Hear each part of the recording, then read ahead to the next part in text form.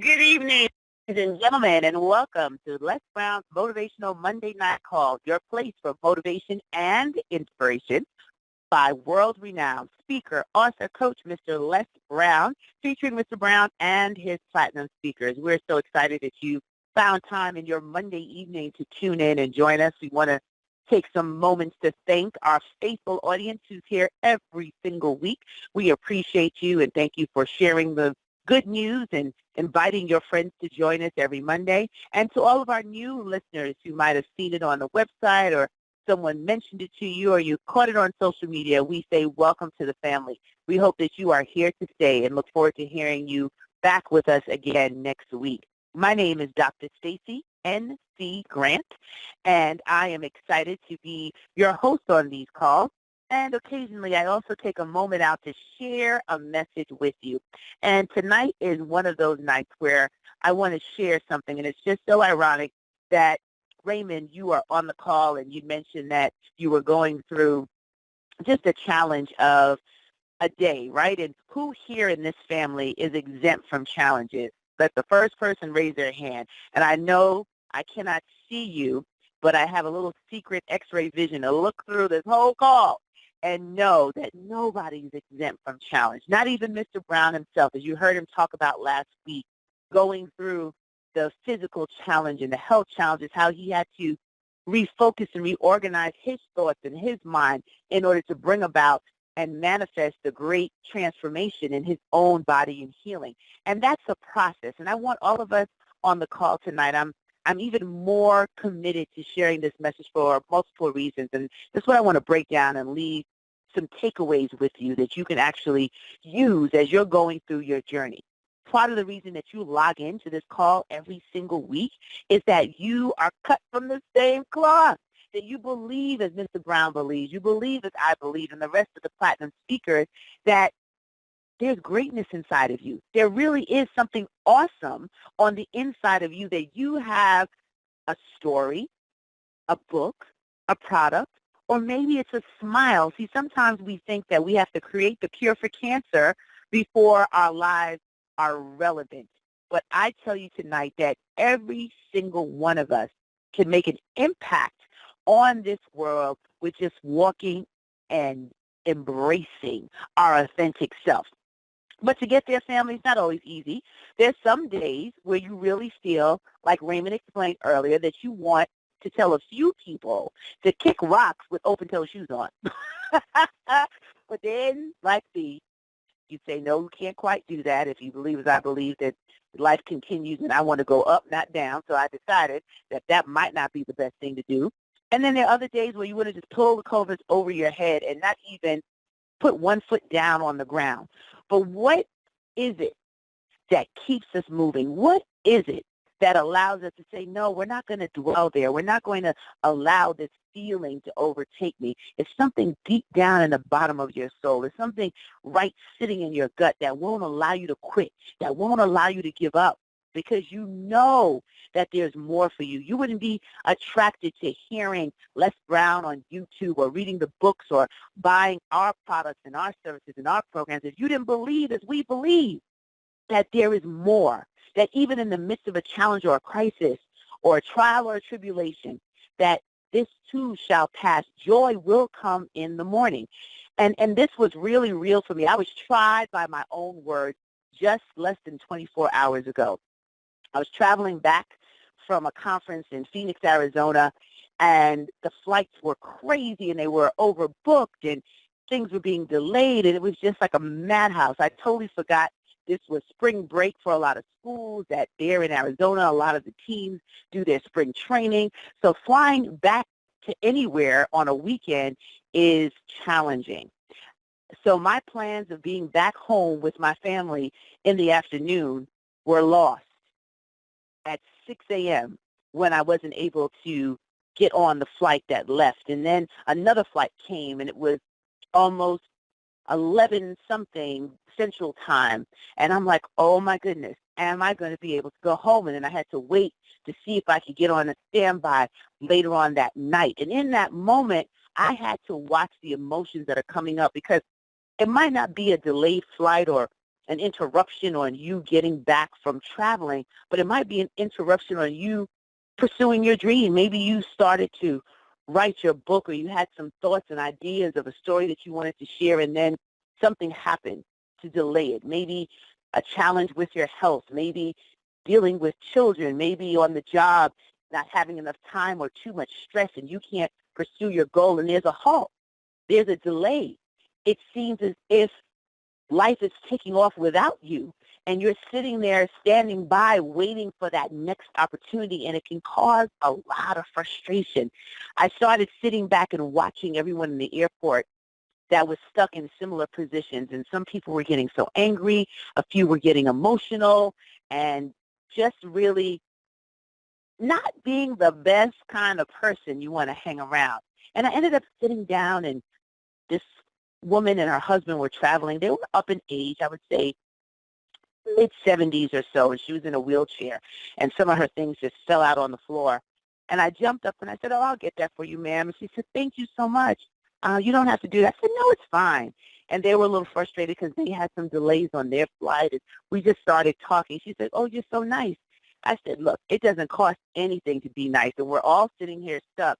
So extending a little smile or helping someone pick up a dropped item, how much does that really cost, right?" So when you think about it, it's in those little moments where you can take the focus off of you, where you can take the focus off of what you're going through and just extend yourself to someone else, that you can brighten your own day. Because you can't give good vibes and positive energy without some of that remaining on top of you. You can't extend a smile and then try to swallow back a frown. It doesn't work too well. It's much better just to continue on the happier path. So in our conversation, we were talking about my concerns of what time I would get back because of a commitment that I had today, and they explained to me some of what they were doing, and we just had this wonderful conversation. And guess what, family? As we were talking, everyone around us was starting to do a little of what the kids call ear hustling. So they were listening to the conversation and chiming in, and we started to have our own little coffee clutch moment where we weren't focused anymore on the challenges that had presented itself while we were all sitting there potentially frustrated on what time and if we would reach home. And we refocused our energy on just sharing a moment with random strangers, a moment with individuals who just had a story to tell or an encouraging word and that we could chuckle about. So this is the first thing that I want you to do tonight, is just recognize that when you're presented with these emotions and the frustration of what's happening in the moment, I want you to write this down. Reset.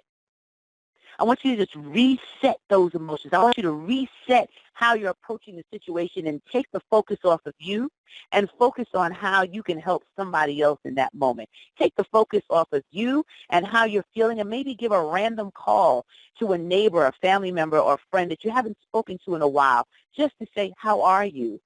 Take the focus off of the pain and the discomfort that you're feeling, to just pause for a moment and maybe stop by and drop off some fresh baked goods, or just check in on someone on your job who might look a little sad for the day.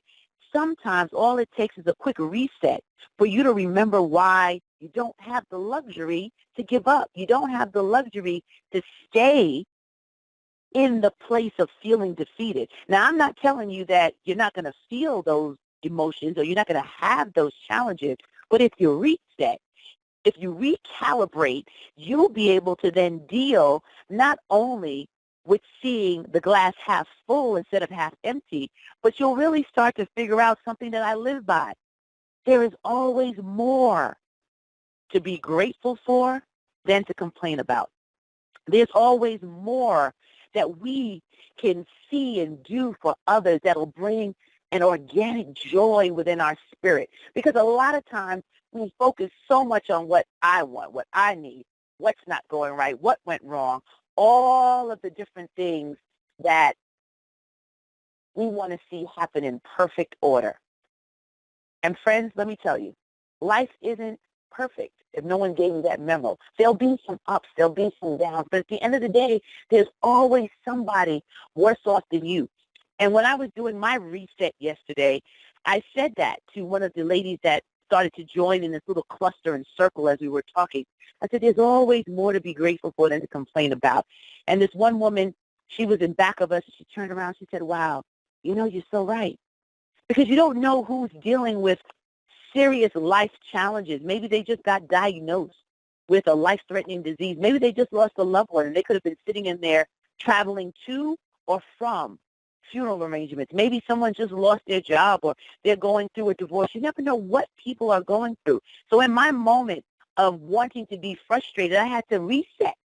I had to say, wait a minute, let me put this in perspective. I'm alive, I'm well, I'm inconvenienced, I'm annoyed, but is it really the end of the world? And how can I just utilize this moment in the best way possible? And that's what I want you to get in the practice of how you develop your reset. So for me, I'll give you a little sample of how that happened yesterday. I paused and I said a little prayer because that's foundational to how I do everything. But then after that, I called someone I love. I called my husband. And he made me laugh, and he said, look, I want you home safe, and if there's a little bit of delay in order for that to happen, it'll be all right. And we were laughing and talking, and that made me feel good. And then the third thing I did was see how I could be helpful in my space, in the area that I was. So that's how I ended up helping the woman with her bags and the things that were falling out, and then engaging in conversation. And then I stopped focusing so much on my issue, and in being a light and sharing a kind word, it allowed me to pep up my spirits as I had to wait it out. And yes, I ended up in the airport for 24 hours. But then joy always comes in the morning. And family, tonight, I tell you, I share this message often. And when I'm training and working with people, I say, Dr. Stacie, are you always happy? And there's some days where my happiness gets a little challenged or situations arise, but I do the reset. That's the key. If you can practice your ritual of reset, what is that going to be? Is it a book that you love? Is it a video that you enjoy listening to? Maybe it's your favorite song. Who can you call on in your life that'll give you a kind word, or just have a conversation that's not draining your energy, but one that will uplift you? You got to figure out your reset pattern, because you never know when you have to tap in. Think about a computer.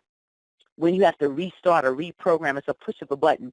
So you have to be able to push that button emotionally. You have to be able to push that place that can allow that reset to happen. So you don't let the things in the world stop you from walking in your greatness. Because if you're on this call, if you're connected to Les Brown, if you listen to the words that we share every single week, then you're committed to living your full life. You're committed not to be one of those individuals that Reverend Miles Monroe talked about, whose talents and gifts and skills and products and programs die with them in the graveyard. No, you're going to live full, as Les would say, and die empty. So you're on this call because you need to be reminded of the things you already know and inspired to dream a bigger dream, and not to give up when there are bumps in the road, and not to allow the things that come up in life on any given day to stop you from taking action. You know my mantra, it's my book, it's my battle cry.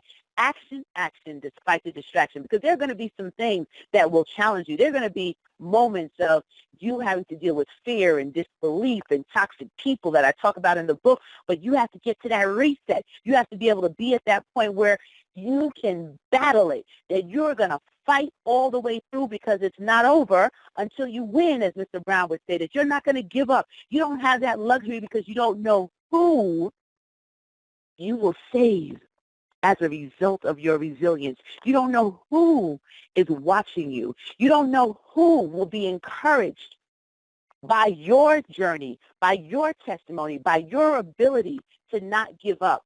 So yesterday I explained that frustration, and I had to swallow my own medicine. I had to go into my reset.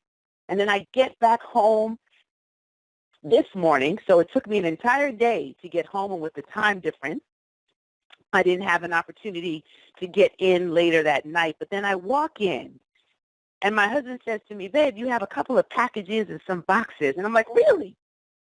So as I'm opening up the boxes and I'm looking through, I see all this bubble wrap and this big, huge box, and I look down and it says Lifetime Achievement Award, the President's Lifetime Achievement Award.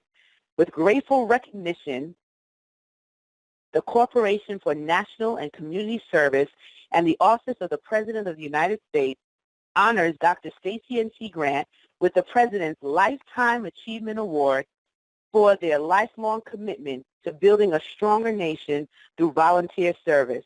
President Barack Obama, and this was awarded in 2016.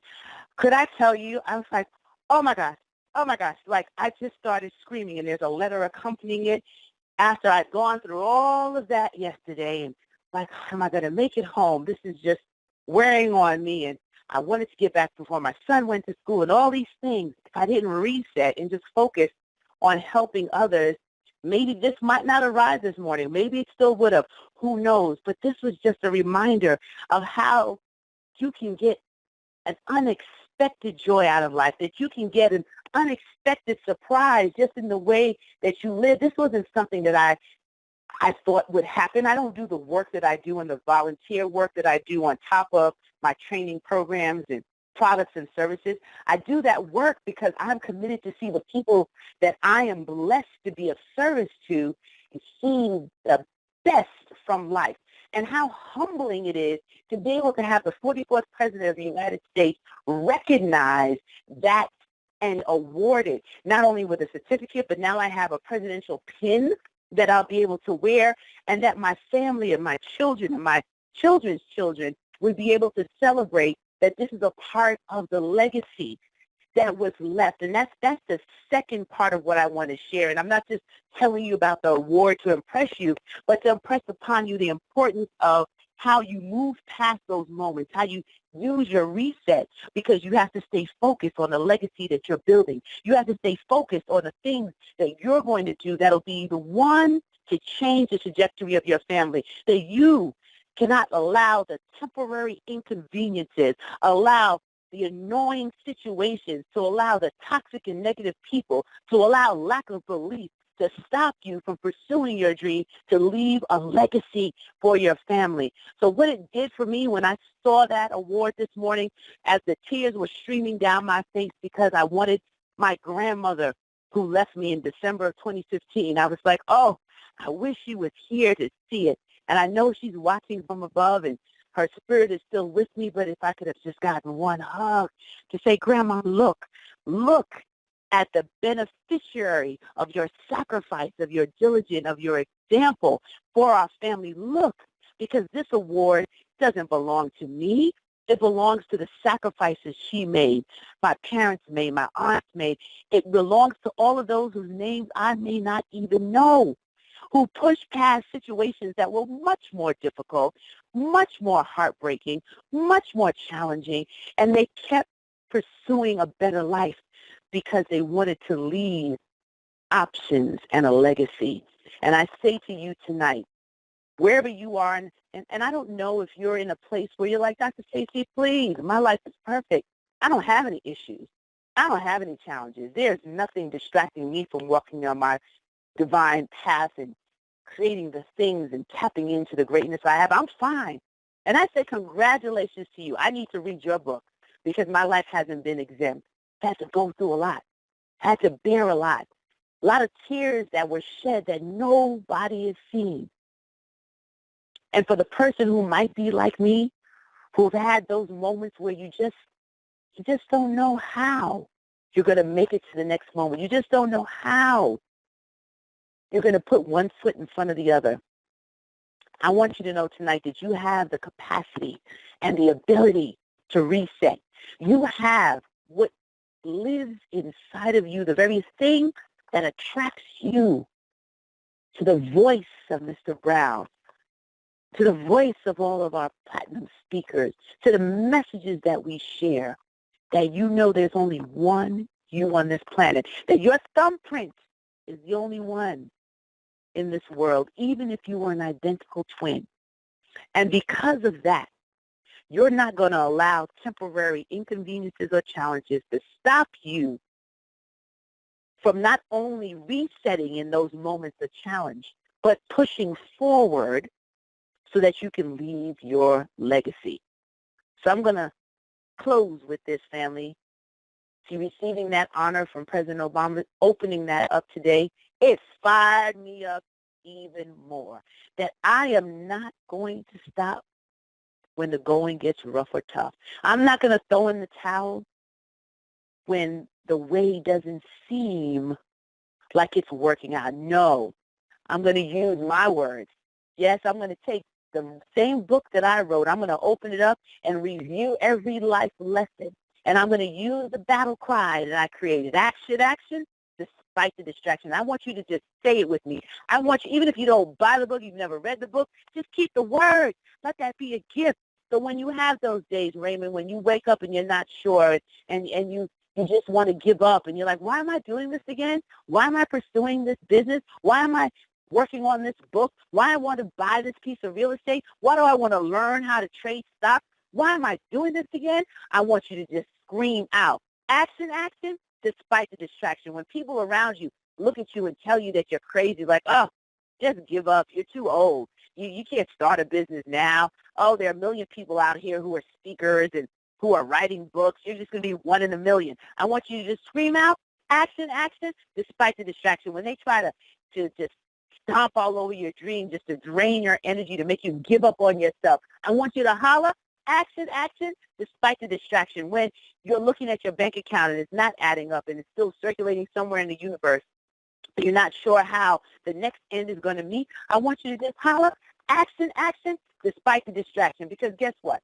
A pot of gold is not going to drop down from the sky into your account. But if you just reset, focus on building legacy, the creative juices will start to come, the ways and means for you to be able to make provision. Because if you have a vision, God will always give you the provision. That's what I believe. But you have to stay focused and taking action. Nothing works until you do. But I promise you this, if you can just remember these words, if you use it as a battle cry, if you make that a part of your reset operation and stay focused on the legacy that you're building, you will always know that it's not over until you win. You will come back and share your story, your opportunity to be able to be that one. It only takes one to change the trajectory of a family. It only takes one to move you to a different space, place, and being, that the legacy that you live and leave will be unlike what any of us have experienced before. So that's my prayer for you. Learn how to practice your own reset. Don't dwell in it. Don't stay there. It'll come, and Lord knows we can guarantee it'll come sooner than we think. But if you have the ability to do your own reset and focus back in on the legacy you want to leave, nothing can distract you from taking action. So this is Dr. Stacie N.C. Grant. I thank you for listening, for tuning in, for being here. I have a few announcements for you as well. If you want to stay connected with me, if you want your copy of the book, or maybe just the first chapter for free, you can go to actionactionbook.com. That's actionactionbook.com. There you can download the first chapter, and may that be inspiration to you and just keep you focused on your journey. And on that website, you can connect with me on social media. All the handles are there, or even send me an email that I can be a cheerleader on your journey. And then I invite you to visit Mr. Brown online. That's brown.less on Facebook, as well as the lesbrowninstitute.com, lesbrowninstitute.com. And Mr. Brown has an awesome opportunity that he is getting ready to release to all of you, but you have to be connected on social media in order to receive that. So make sure you go ahead right now, if you're not following already, brown.less on Facebook. I'm there as well, Dr. Stacie N.C. Grant. I look forward to hearing more about your journeys, how you're going to press your own reset button and move forward with leaving your legacy. So before I close out the call, I will open up for about 2 minutes if anybody has a question or a comment, and then wish you an incredible rest of the week. I can't believe we're almost halfway through March, closing out this first quarter. So I'm excited to hear all the wonderful things that will be done as a result of you taking action. So stand by as I open up the line. All callers are unmuted. All callers are muted and may unmute themselves by pressing *6. Okay, family, if you dare, you would like. Dr. Stacie. Yes. I'm sorry. I know I should wait my turn, but I only have 2% on the phone left, so I'm asking if someone could just yield it, please. Amen. Okay, say that one more time, dear. Raymond, you. Yeah, I was saying I only have 2% left on my phone, and I was just wondering if anyone can yield their time to me. Oh, okay. Go right ahead, Raymond. Yes. I just want to thank you for this lesson today, and I wrote down some notes that I feel are to best of my betterment, and I can't wait to share them. And I just want to let you know that expect another video. I feel like it's time to boost up my level. Awesome. That's just about taking action, Raymond. We can't stay still, because you know what happens when you stay still? It starts to consume your mind, and what you focus on expands. And you want to focus on your legacy. You want to focus on opportunity. You want to focus on how your voice will be a difference for your peer group, and it'll be a part of your legacy. So keep pressing, my friend. The best is yet to come. Thank you. God bless you. Hey, You're Stacie. welcome. Hey, is that my Myron? Yeah, man. You giving Les Brown trouble. You giving him some trouble, man. Woo, Lord, congratulations, Angel. That's what happens when you're working like that. Wow. Thank Wow. you. When I tell you, Myron, my mind is blown.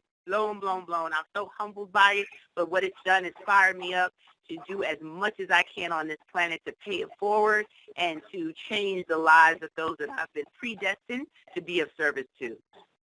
Wow. I love hanging. That's why I hang out with you. I hang out with the best. Okay. I love you, and again, congrats. Thank God for your grandmother and all the encouragement you've had. The ancestors back you stand on, so I'm proud of you. Thank you so much, Myron. I appreciate you, and thank you for always being here on our call and supporting and sharing the good news. Thank you, love. All right, congratulations. Yeah. Wow. Thank you. All right, ladies and gentlemen, anyone else before we close out? Hi, Dr. Stacie. Hi, Is Dr. that Stacie. I hear two Yeah. voices, so I'll take both of you. We'll let Sharon go first, and then the next voice, I'm not sure who that is. I think I know, but then you'll go next. Oh, thank you so much. I just want to say again, congratulations. Kudos to you. I'm so happy for you.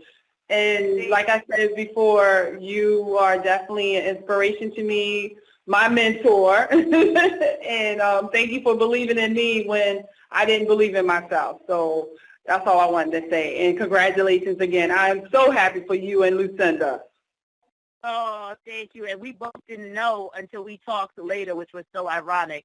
So, God is just amazing. Yes, that's a blessing. Yeah, we're going to be celebrating together this weekend. So Awesome. Well, enjoy. Thank you so much. And thank you for you. I'm excited about how you've been a part of this call, not just listening, but taking action. And that's what's so important to me, is to know that these words don't just fall on, dry ground, that it's fertile ground, and that the seeds take root and that you start to blossom. So congratulations to you, Karen, and thank you for being a part of our Motivational Monday Night. Thank you. You're welcome. Okay, my friend that was waiting patiently. Dr. Stacie, this is Siraj from Los Angeles. How are you?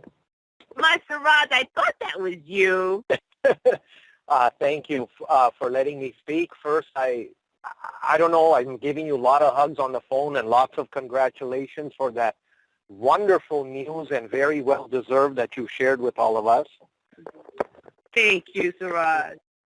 And it could not have come at a better time, which is celebrating women this whole month. Yeah, I think it was very appropriate, and that is kind of what I just want to touch on. Two things that you spoke about at the beginning of the call. You said something very deep down in your soul when you know. So that's what I want to take this opportunity to say how grateful I am for the women in my life, from my wife, my mother, my daughter. I feel I have been overly blessed. I don't know what I've done to deserve them in my life. My wife always talks about always serving others. And then you, in your talk tonight, you did talk about taking the focus off of you. She has always taught me this one lesson, and that is how can we add value to other people's lives? It's not about us. That's right. So I take this moment to honor these beautiful women and my wife, including you, and thank you for everything that you do. Oh, Siraj, I appreciate that, and please give my warmest regards to your wife and all the women in your life. And I just thank you that you always publicly just share how important it is to honor the women in your life. We know we're at a time where there's been a lot of focus on the value of women, and I just appreciate you as one of those who continue to lift us up, because we make this world go round together when we value women. Thank you. That's right. Without you women, actually, I don't even call her my wife. The last speech that I gave about her, I called her my diamond. Oh, I love it. Praise God. Yeah. That is awesome. That is awesome. Thank you so much, Siraj, and thank you for always being here and supporting. You all warmed my heart. It took everything for me not to break down crying tonight, sharing that good news, because my heart is really full, and I'm overwhelmed, and I couldn't. No, you are such a beautiful soul. You absolutely deserve it, and I again congratulate you with all my heart. Thank you, Siraj. Thank you so much. Thank you. Thank you. You're welcome. And I heard one more person that was waiting patiently. I don't like to go if there's someone else still trying to get through. Yeah, this is Jeff Shine from Huntsville, Alabama, the Rocket City. Hey, Jeff Shine from the Rocket City. I haven't heard your voice in a minute, my friend. How are you doing? Oh, blessed and highly favored, just like you. Oh, I know that's right. You better tell it. Yes, ma'am. Yes, ma'am. But I just want to let you know, congratulations on receiving that wonderful award from the president. And I just want to I want to piggyback on what Siraj said, that you ladies are outstanding. You know, I sit up and call my wonderful wife for 29 years. She's my queen. So, we men need to make sure we're always backing up our wonderful ladies. As the old phrase goes, we men, as always, a strong lady standing behind that man. So we always need to be definitely uplifting our wonderful ladies. So with that in mind, I just want to let you know that's my story, and I'm sticking to it. I love it, Jeff. Thank you so much. And you tell that beautiful wife of yours I said my love as well, okay? Hold on a second. Hey, how y'all doing? Oh, my goodness. I am great. Great to hear your voice, and thank you. Amen, amen. You are awesome, my sister. Thank you. Appreciate it. All right. Have a great week. And listen, you have a great and blessed week. We love y'all. Love you, too. Okay, after you have a great and blessed, happy St. Patrick's Day on Friday, too, as well. Oh, that's right. I forget that's coming up. Oh, yeah, it's on the 17th of Friday. Absolutely, absolutely. So we want to definitely wish everyone. That's another thing I talk about, creating your Amen, amen. Reminded me. Yes, Lord, I have to get that already. Oh, yeah, no doubt. Absolutely. Thank you. Well, you're welcome. Listen, you have a best week, and we love y'all. Okay, thank you. Right back. Oh, you're welcome. All right. Bye. Bye-bye. So, family, for those who called in for the first time, thank you for being here. This is a family, our Motivational Monday Night Call. Mr. Brown sends his love and regards to each and every one of you. He'll be back again. He is fired up. Mr. Brown is on a new level of energy. We're trying to keep up with him. So make sure you stay tuned and connected on Facebook, brown.les, as well as visiting the lesbrowninstitute.com for those of you who want to be able to get the training to do your own speaking coaching programs, and our master team will be able to help you do that. And I look forward to connecting with those of you that find me on actionbook.com or destinydesignersuniversity.com. Let's do this thing called life together. Press your own reset button, focus on your legacy, and take action despite the distraction. This is Dr. Stacie signing off. Let me ask you a question. What if I told you that most people only realize the truth about life when it's too late? What if I told you that by the time they understand what really matters, their best years are already behind them? Would you wait until then? Because here's the reality. Life doesn't slow down for you. It doesn't give you second chances just because you finally get it. Right now, You're either on a path of growth, stepping into your power, or you're wasting time repeating the same mistakes. And the difference? It comes down to what you learn and when you learn it. Most people wait decades to figure out the lessons that could have changed their lives today. Lessons that would have saved them from regret, from failure, from settling for less than they deserve. But you don't have to wait. You have to learn these lessons the hard way. You have a choice right here, right now. So listen closely, because if you get this, if you truly take this in, you'll be ahead of 99% of people. And it starts with this. The less you say, the more your words will matter. The less you say, the more your words will matter. In a world filled with noise, those who speak with clarity and purpose stand out. People often feel the need to talk constantly, filling silence with empty words. But real influence comes from those who know when to speak and when to listen. Every word carries weight, and the fewer you use, the more impact they have. Speaking less forces you to choose your words wisely, making your message more powerful and memorable. When you speak only when necessary, people pay closer attention. Silence is a tool, a sign of confidence, and a form of control over conversations. Those who talk excessively may dilute their influence, while those who speak with precision command respect. The greatest leaders, negotiators, and thinkers know the value of restraint. Words should serve a purpose, to inspire, to instruct, to empower. Master the art of saying less and watch how people start listening more. Don't take everything personally. Most things aren't about you. People act based on their own experiences, emotions, and struggles, often without considering how their actions affect others. When someone criticizes, ignores, or reacts negatively, it's easy to assume it's directed at you. But the truth is, most of the time, it has nothing to do with you at all. People carry baggage, insecurities, and stress that influence how they interact with the world. If you internalize every offhand comment, every disapproving look, and every rejection, you'll spend your life feeling hurt over things that were never personal in the first place. The moment you stop taking things personally, you gain power. You free yourself from unnecessary suffering, and you develop resilience. Understanding that people's reactions are often a reflection of their own internal struggles allows you to move forward without carrying their emotional weight. The less you take personally, the lighter and more confident you become. Focus on possibilities, not problems. What you focus on expands. Your mind is a powerful filter shaping the reality you experience. When you constantly dwell on problems, they magnify, consuming your thoughts and energy. The more you focus on limitations, the more limited your world becomes. But when you shift your focus to possibilities, you open doors to solutions, creativity, and growth. Challenges will always exist, but so do opportunities. The difference lies in where you direct your attention.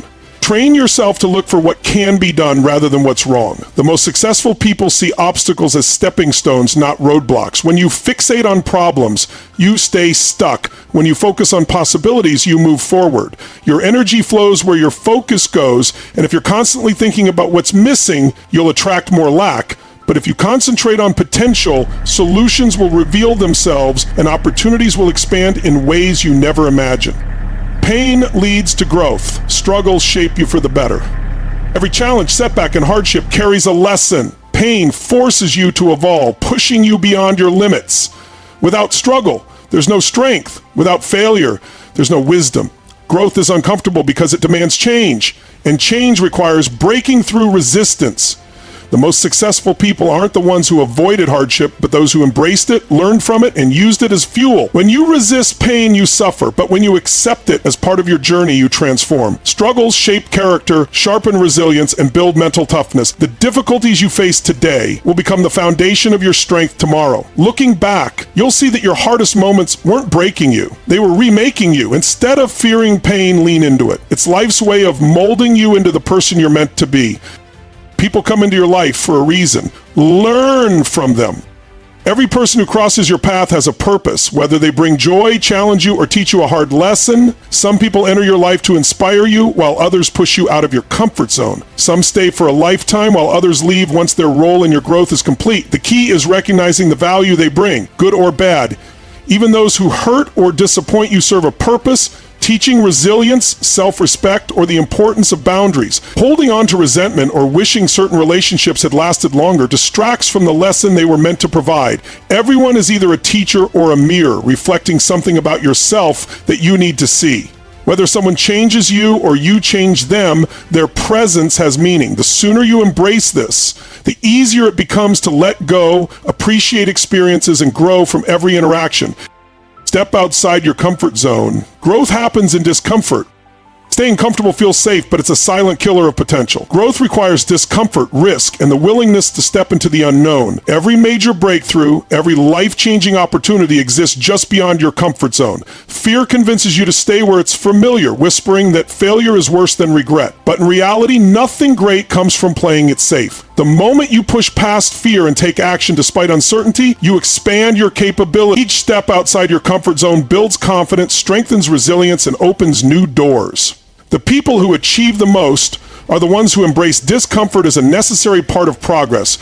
When you avoid challenges, you stagnate. When you chase them, you grow. The experiences that once felt intimidating will eventually feel normal, proving that growth is simply a series of uncomfortable steps forward. Moments gain value with time. Appreciate them now. The little things you take for granted today will one day be the moments you wish you could relive. Life moves fast, and often you don't realize how precious something is until it becomes a memory. The laughter of a loved one, the feeling of a simple conversation, the warmth of a shared meal. These are the things that truly matter, but too often, people rush through life, always chasing what's next, never fully present in what's now. Distractions, worries, and ambitions pull attention away from the beauty of the present. But time doesn't wait. What seems ordinary today may hold deep significance tomorrow. You never know when something will be the last time, last hug, last call, last shared moment. The more you embrace the present, the fewer regrets you'll have later. Life isn't measured in grand achievements, but in the small, fleeting moments that make it meaningful.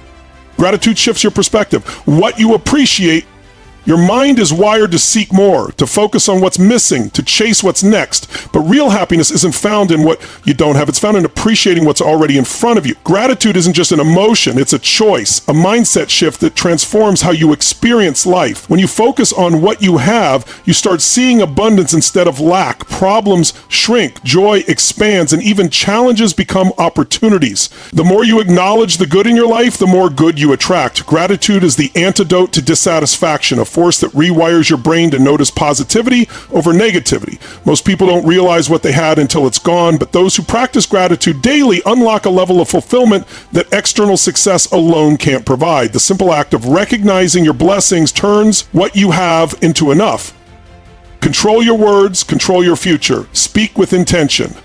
Your words are more powerful than you realize. Every sentence you speak, whether out loud or in your mind, shapes your reality. Negative words create negative outcomes, while words of belief, confidence, and possibility open doors to success. The way you talk about yourself determines your level of self-respect. The way you talk about your goals determines whether you pursue them with conviction or hesitation. Words influence not just your mindset, but also how others perceive and respond to you. Speak defeat, and you'll attract obstacles. Speak possibility, and solutions will follow. Those who master their words master their destiny. Every word carries energy, either building you up or tearing you down. Most people carelessly throw words around without realizing their impact, but when you become intentional with your speech, removing self-doubt, avoiding complaints, and speaking with purpose, you gain control over the direction of your life.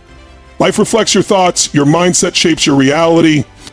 The world you experience is a direct reflection of your internal beliefs. If you believe life is hard, unfair, or filled with obstacles, that's exactly what you'll see. If you believe opportunities exist, that success is possible, and that you have the power to shape your future, you'll begin to attract the right circumstances. Your thoughts act as a filter, determining what you notice, how you react, and the choices you make. A negative mindset limits you before reality even has a chance to. But when you shift your thinking, you shift your results. Those who succeed don't necessarily have fewer problems, they simply train their minds to find solutions instead of excuses. The thoughts you allow to dominate your mind will either push you forward or hold you back. If you want to change your life, start by changing your thinking, because the quality of your thoughts determines the quality of your reality. Time is your most valuable asset. Spend it wisely. Unlike money, possessions, or status, time is the one thing you can never get back. Every second that passes is gone forever, yet most people waste time on things that don't matter. Distractions, meaningless arguments, and activities that don't align with their goals.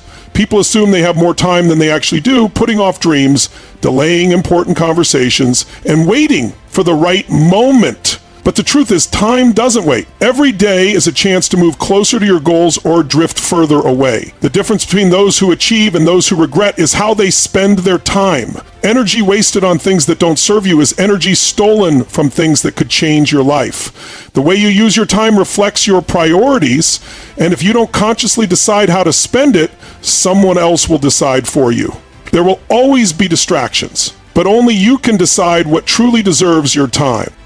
Now, let me ask you one last question. What are you going to do with this? Because knowing these lessons means nothing if you don't apply them. You can stay the same, or you can decide to speak with purpose, to stop taking things personally, to focus on opportunities, to use pain as fuel, to control your words, and to stop waiting.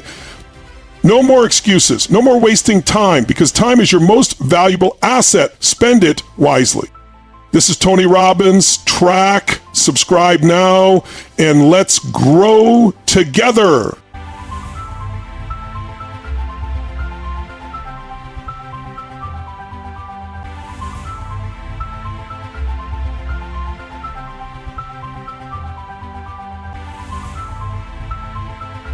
Ladies and gentlemen, what if I told you that your attitude is the key to unlocking every door you've ever wanted to walk through? That the secret to success isn't about luck, talent, or timing. It's about how you show up every single day. Think about it. Your attitude shapes your reality. It determines how you face challenges, how you interact with others, and how you navigate the highs and lows of life. So what if you could train yourself to have a winning attitude no matter what life throws your way? In today's video, I'm going to share 6 simple yet powerful methods that can transform your mindset and set you on the path to unstoppable success. These aren't just tips for motivation. These are habits that will change your outlook, improve your decisions, and ultimately help you achieve everything you've ever dreamed of. Stay with me, because this isn't just about changing your mindset. It's about changing your life. Attitude is everything. It shapes how you show up in the world. It colors how you view your surroundings. It affects how you handle setbacks, how you maintain momentum, how you lead others, how you bounce back, and ultimately, how you live your life. Attitude isn't just a passing mood, it's a muscle. And many people don't even realize they have the power to strengthen it. They assume attitude is something you're either born with or something that rises and falls depending on your circumstances. But that's not how it works. A winning attitude is built layer by layer, day after day. You've seen it before. People with less natural talent, but more determination. People under more pressure, but with greater optimism. People who light up a room not because their life is flawless, but because they've trained themselves to show up with purpose. That's not luck, that's hard work, consistent practice, and intentional mindset.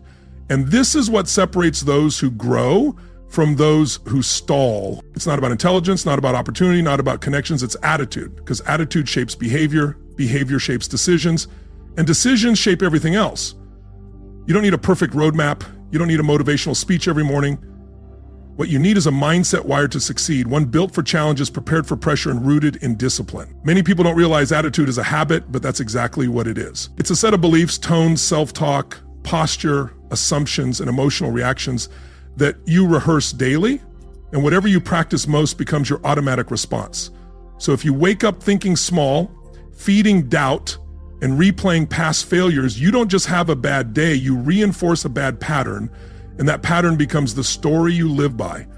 But when you change that pattern, everything shifts. When you commit to building a mindset that expects growth, searches for opportunity, takes responsibility, and leads with enthusiasm, even when life gives you no reason to smile, you become resilient, you become magnetic, you become strong. Not because life suddenly becomes easy, but because you become tougher. You don't sit around waiting for a good mood, you create one. You don't wait for life to improve, you meet life with a stronger attitude. And then this doesn't mean ignoring pain or pretending everything is okay. A winning attitude isn't fake positivity, it's real perspective. It's strength under control. It's the choice to face reality without surrendering to it.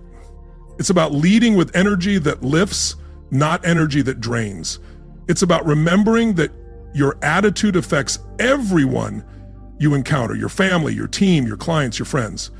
Your presence shifts the atmosphere wherever you go. The real question is, what kind of energy are you bringing with you? You don't have to be flawless. You don't have to feel amazing every day. But you do need to decide what kind of person you want to be when life gets hard, what kind of mindset you'll carry when things don't go your way, and what kind of voice you'll use when fear starts whispering in your ear again. That decision, that posture, forms the foundation of a winning attitude. And when you build that attitude intentionally, not just in theory, but through consistent practice, you stop being controlled by your environment. You stop simply reacting and start deliberately responding. You stop waiting for better days and start leading. Because now you're not hoping for things to improve. You're showing up as the person who creates better days. The first method to cultivate a winning attitude is mastering your self-talk, because the words you say to yourself are not just sounds echoing in your mind. They are instructions. They shape how you feel, how you act, and what you believe you're capable of. Most people don't even realize how negative their internal language has become. They think they're being realistic or that they're protecting themselves from disappointment.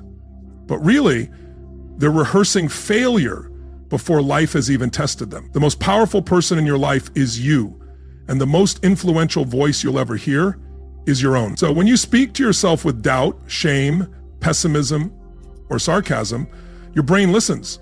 It takes those words as fact. It begins to build your identity around them. You may think you're being cautious, but in reality, you're becoming limited, because the words you use paint the picture your future self will have to live inside. That's why you have to audit your language, the tone, the phrasing, the assumptions you carry. If someone else spoke to you the way you speak to yourself in your lowest moments, would you want them in your life? If the answer is no, then why let that inner voice take the lead? Why allow it to narrate the story of your life? You can't afford to let negativity become your internal soundtrack, because attitude follows language. You can't walk in confidence while thinking in defeat. You can't move forward with clarity while speaking in confusion. You cannot win while you're whispering all the reasons you're bound to lose. So you change the pattern. You begin by noticing, not judging, just noticing. You catch yourself saying, "I always mess this up," and you pause. You hear the phrase, "I'm not good at this," and you question it. You notice when you slip into "this is just how I am," and you challenge it. Not with fake hype, but with stronger truth, with aligned, honest words that reflect who you are becoming, not just who you've been. But this takes effort, it takes repetition, it takes real discipline. But the more you practice, the easier it gets. You begin catching negative patterns more quickly. You start rewiring your brain in the moment. You replace judgment with leadership, shame with strength, pessimism with possibility. You begin speaking with direction, with intention, using words that build rather than break, words that energize rather than drain. You don't have to wait until you feel good to speak powerfully. You speak powerfully so you can begin to feel different. You lead yourself with your language. You don't need to be loud. You don't need to recite mantras. You just need to tell yourself the truth in a way that lifts you, not limits you. You need to decide that the voice inside your head will become your ally, not your enemy. That it will speak with clarity, not confusion. That it will guide with purpose, not pity. When you build this habit, your entire day transforms. You stop fearing challenges. You start talking to yourself like someone who's built for them. You stop shrinking when things get uncomfortable. You start coaching yourself through the discomfort. You stop spiraling in fear. You begin grounding yourself in focus. And over time, that inner voice becomes automatic. It becomes familiar. It becomes your default, not because life suddenly gets easier, but because you've trained your mind to respond differently. You don't need to be flawless. You don't need to win every single day, but you do need to stop allowing your inner language to keep you stuck. So write yourself a better script and repeat it until you believe it, until it feels like it belongs to you, until it sounds like strength. Because the voice you believe the most is the one you hear the most. Make sure that voice is building something you actually want to live inside. The second method to cultivate a winning attitude is shifting from expectation to appreciation. Disappointment doesn't come from what happens.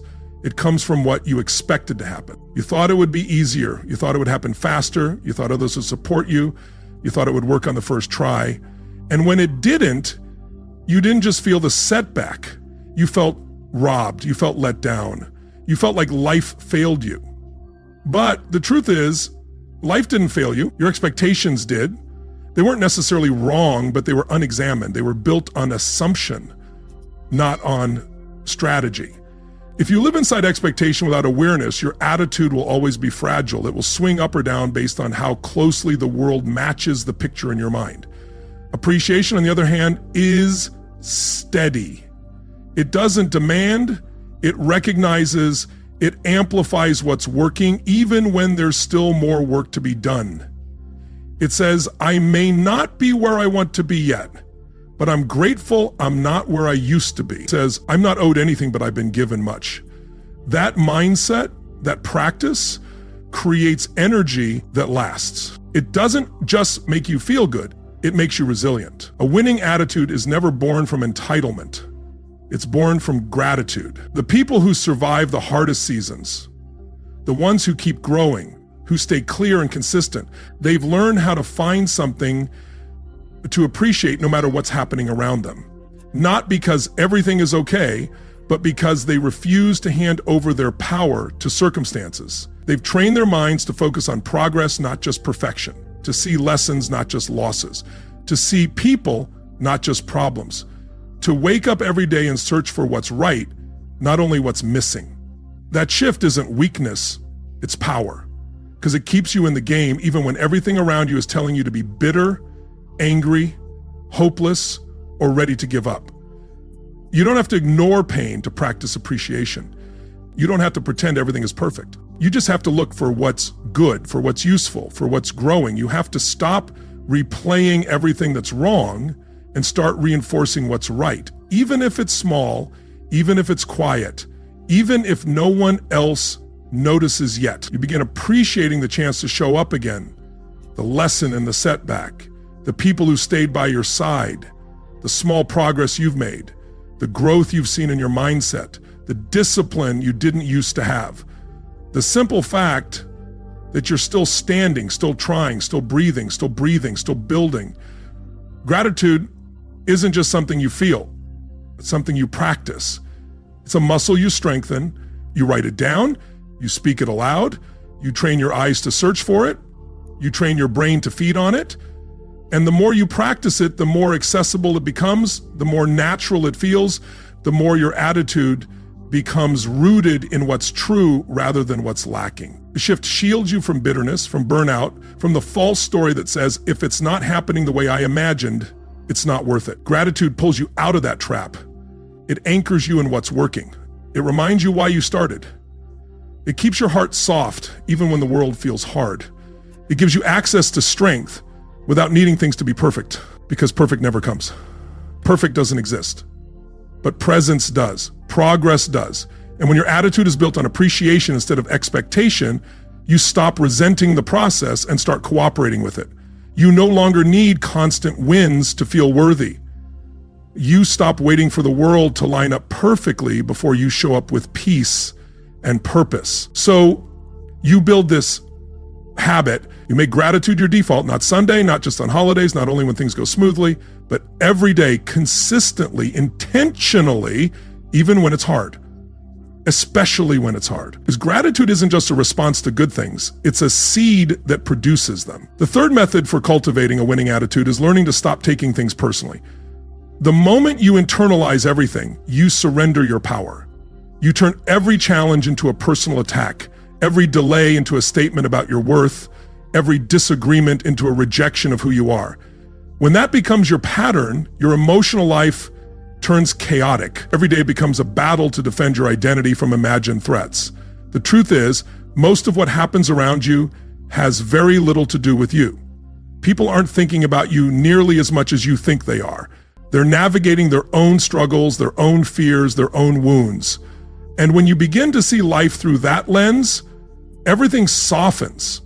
You don't stop caring, but you stop collapsing. The winning attitude is built on resilience, not fragility. It doesn't shatter every time someone misunderstands you. It doesn't fall apart when there's no applause. It doesn't waste energy inventing complicated stories about why things went wrong or what someone really meant.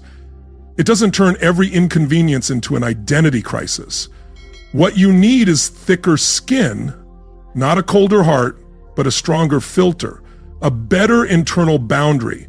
So when the world throws criticism, confusion, or chaos your way, you can stay grounded. You can say, that's not mine to carry. You can remind yourself that's about them, not me.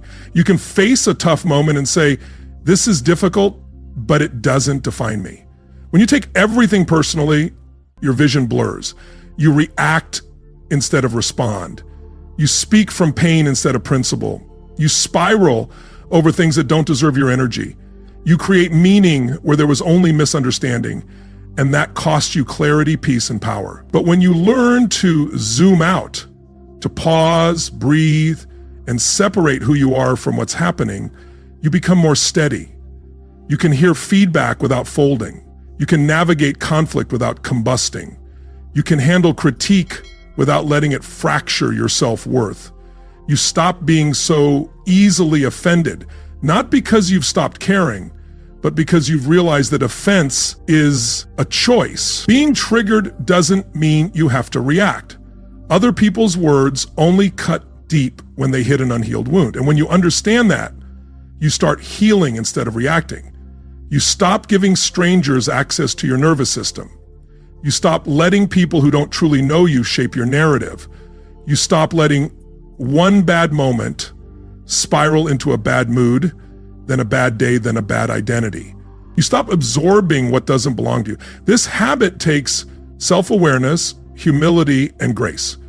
It asks you to stop assuming the worst, to stop expecting attack, to stop projecting your fears onto every encounter.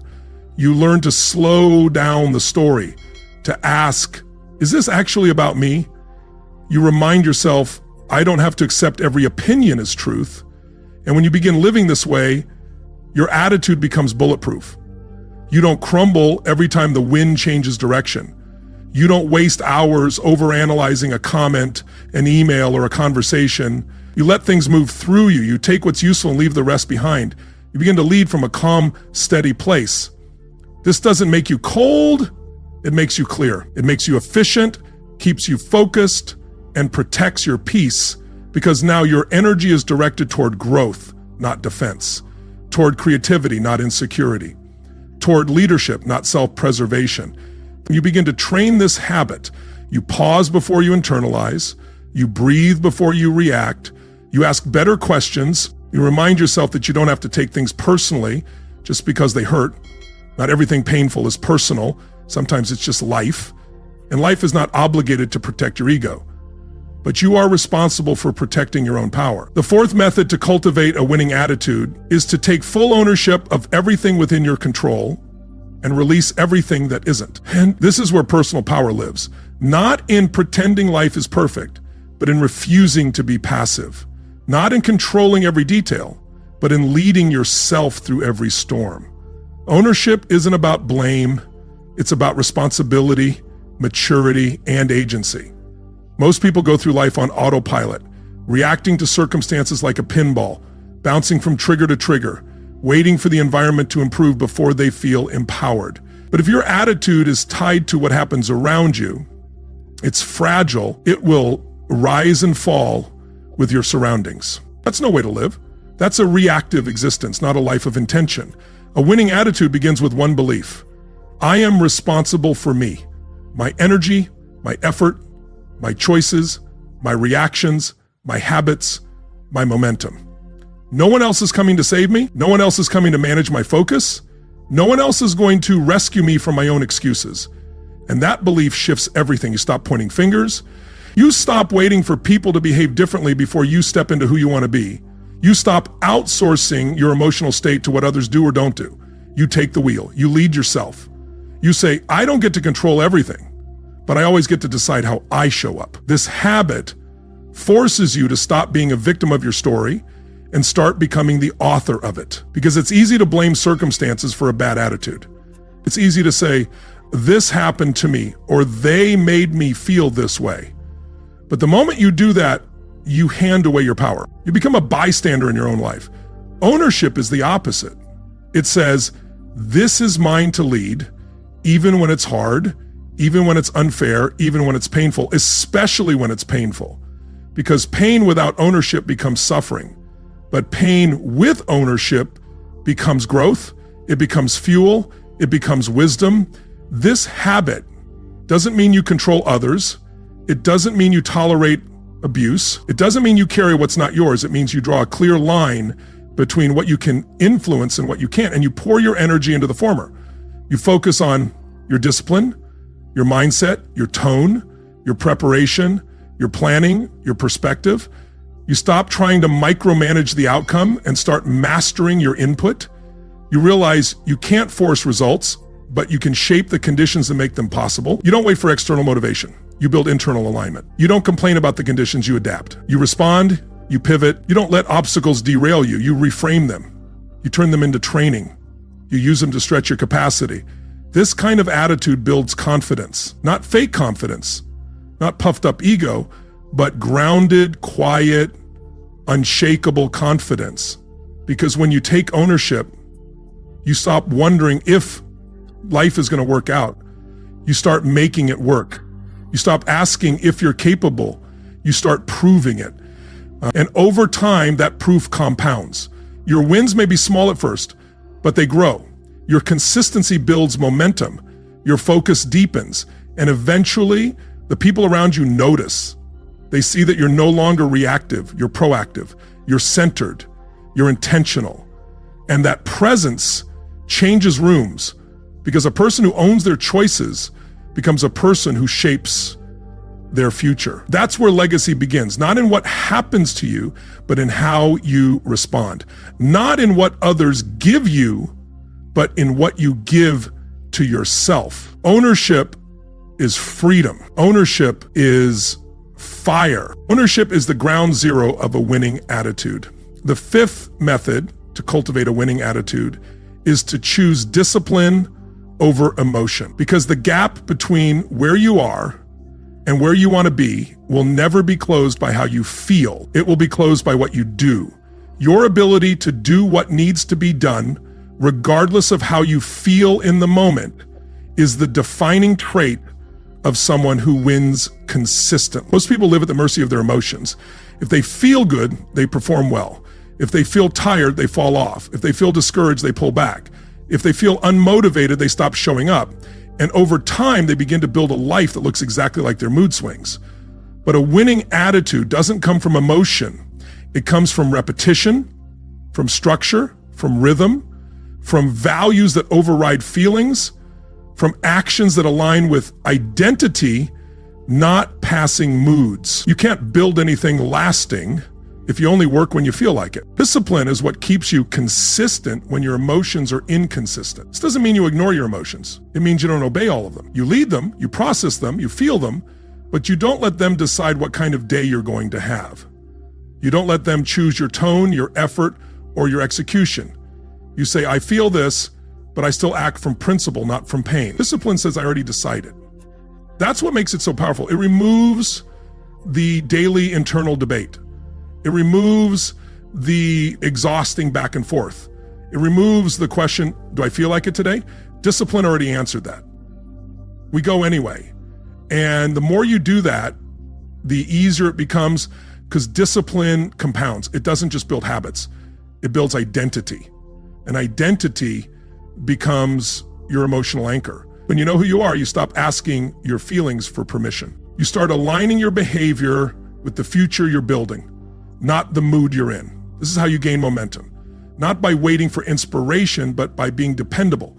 Dependable to yourself, dependable to your vision, dependable to the plan you made when your head was clear. Discipline turns your good days into great ones, and it turns your bad days into average ones. It raises your floor, and that's the key, raising the floor, not just the ceiling. Everyone focuses on the peaks, on the high energy moments, on the big wins. But real greatness is built in your average day. It's not about how high you can go when everything's working. It's about how solid you stay when it's not. Discipline is what makes your average day better than most people's best. And it's trained through the small choices. You wake up when you said you would. You finish the task even though you're tired. You choose the hard thing because it's the right thing. You lead yourself through the dip instead of letting the dip lead you. And every time you do that, you build trust. That self-trust. That's what makes your attitude resilient. You don't need everything to feel right to do what's right. You don't need the perfect setup. You don't need external pressure. You don't need a good mood. You just need the commitment you've already made. Once that commitment becomes a habit, once it becomes part of who you are, your emotions stop having the final word. You learn to feel fear and still act, to feel doubt and still move, to feel discouraged and still follow through. Not because it's easy, but because it's who you've decided to be. So you build this muscle one rep at a time, one morning at a time, one task at a time. As your discipline grows, your life starts to change. You stop needing motivation to move. You stop needing a good day to take action. You stop needing the stars to align to make progress. You just move. The sixth method to cultivate a winning attitude is to surround yourself with people who expect more from you, not less. Your mindset doesn't just come from inside. It's shaped by the energy around you, by the people you allow into your conversations, by the standards they keep, by the language they speak. If you spend enough time around people who normalize mediocrity, you'll start lowering your own standard without even realizing it.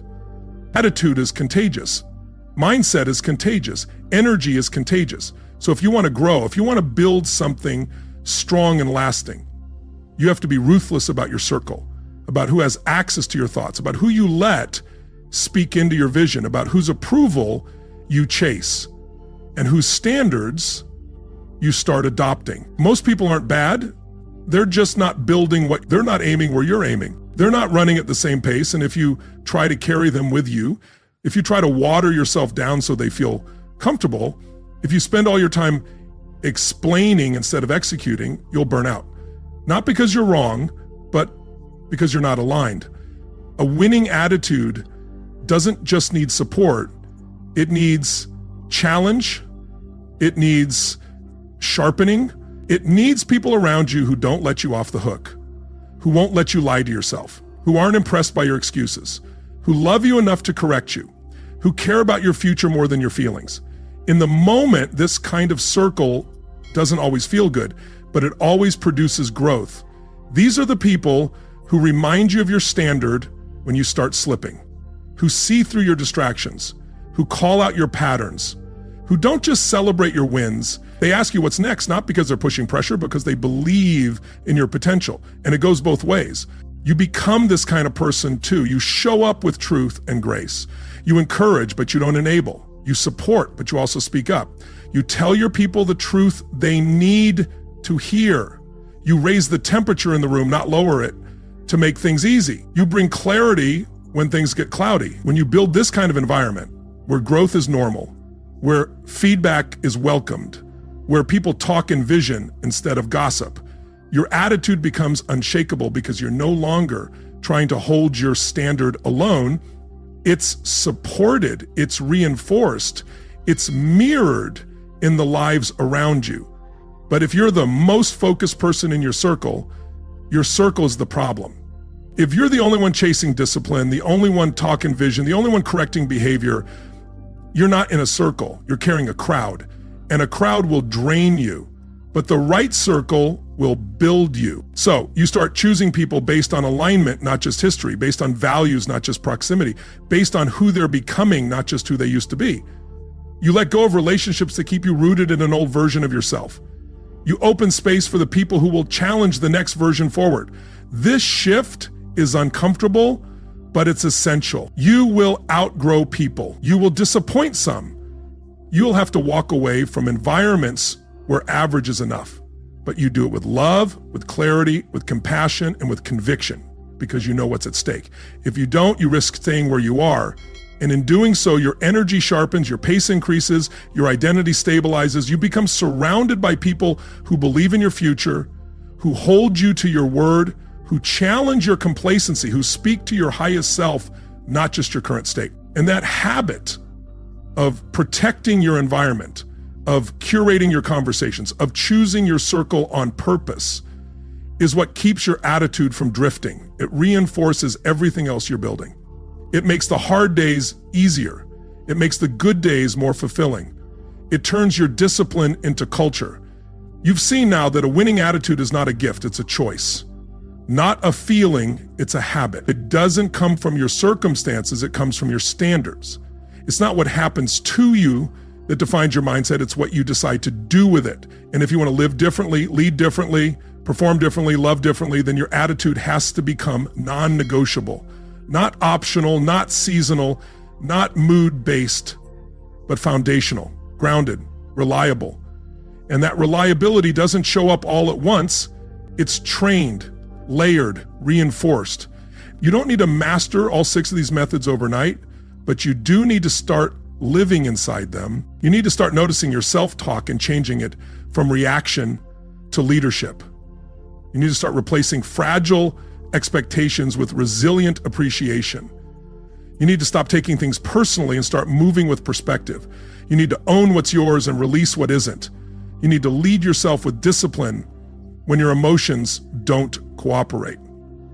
And you need to protect your environment like your future depends on it, because it does. All of it matters, all of it compounds, and none of it happens by accident. This isn't about pretending to be positive. This isn't about ignoring real problems. This is about building real strength, quiet strength, the kind that doesn't depend on perfect conditions, the kind that doesn't require applause, the kind that doesn't fade when life gets heavy. Because that's what a winning attitude really is: consistency under pressure, grace under fire, focus in the middle of distraction, leadership when no one is looking. It's making decisions from your values instead of your circumstances. And once you've built that, once you've trained that, once you've chosen that, your entire life moves differently. Your energy shifts, your presence changes, your discipline becomes sharper, your opportunities increase, not because the world gave you something new, but because you became someone new. So now it's yours to carry. No one else can do this work for you, but no one else gets to take the credit for it either. This is your habit, to build your mindset, to shape your standard, to set. And when you live it daily, not occasionally, you stop chasing greatness. Now that you know the 6 methods to cultivate a winning attitude, the real question is, will you apply them? This isn't just about listening to these strategies. It's about making them a part of who you are every single day. Because when you start living with a winning attitude, you'll notice your confidence grow, your energy shift, and your life begin to unfold in ways you never imagined. Remember, success doesn't come from waiting for the right moment. It comes from creating the right mindset, no matter what's happening around you. So if you're ready to take control of your future and build a life of purpose and achievement, it starts right now. Don't just watch this video. Start using these methods today. The world isn't waiting for you to be perfect. It's waiting for you to show up with the right attitude. Let's go.